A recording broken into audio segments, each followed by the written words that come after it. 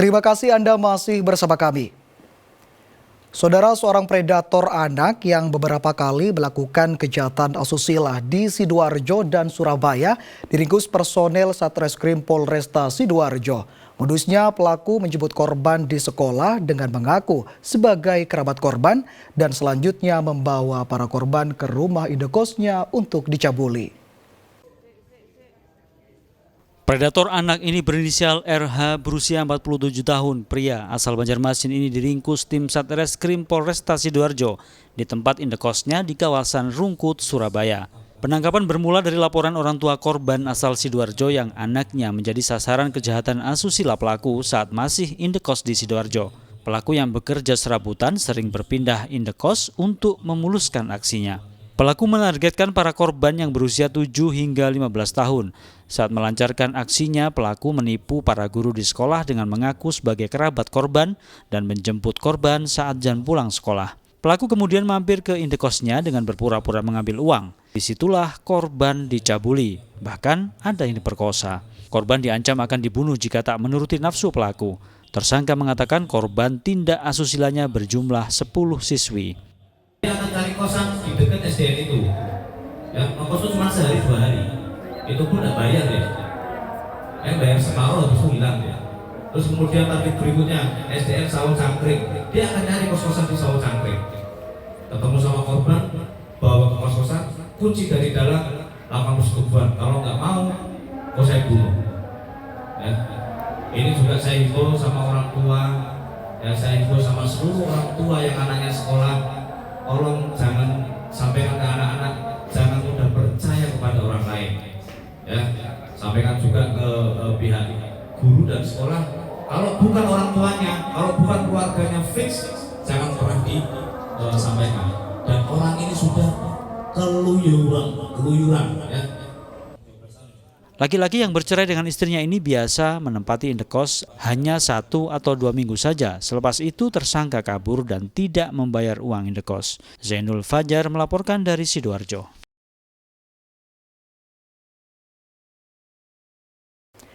Saudara, ajang lomba balap lari antar kampung di Situbondo diwarnai aksi penyerangan terhadap penonton.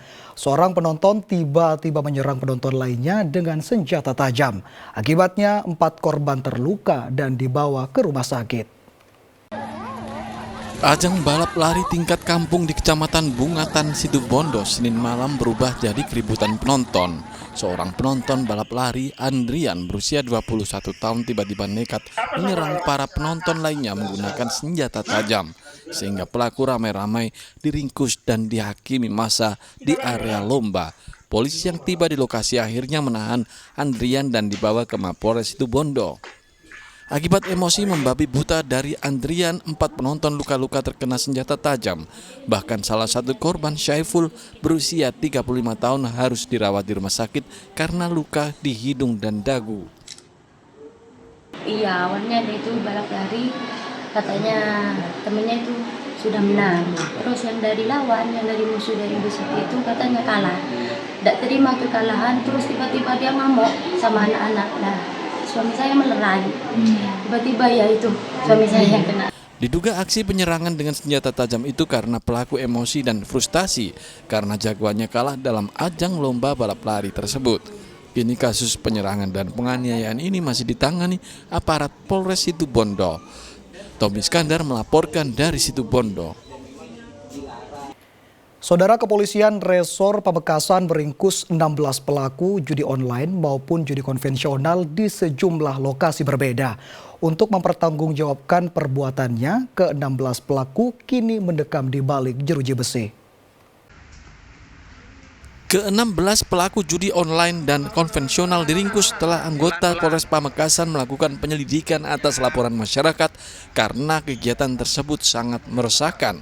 Dari ke-16 pelaku terdapat 5 pelaku judi online jenis slot yang diamankan di 4 lokasi berbeda, sementara 3 pelaku lainnya sudah dilimpahkan ke Kejaksaan Negeri Pamekasan. Sedangkan 11 pelaku judi konvensional ditangkap di 3 lokasi berbeda, yakni 5 orang pelaku judi dadu, 5 orang pelaku judi remi, dan 1 orang pelaku sabung ayam.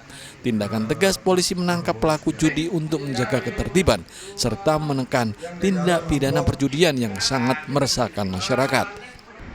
Barang bukti yang diamankan? Untuk judi online, barang bukti yang diamankan HP pastinya. Untuk konvensional, kalau yang remi berupa remi maupun uang.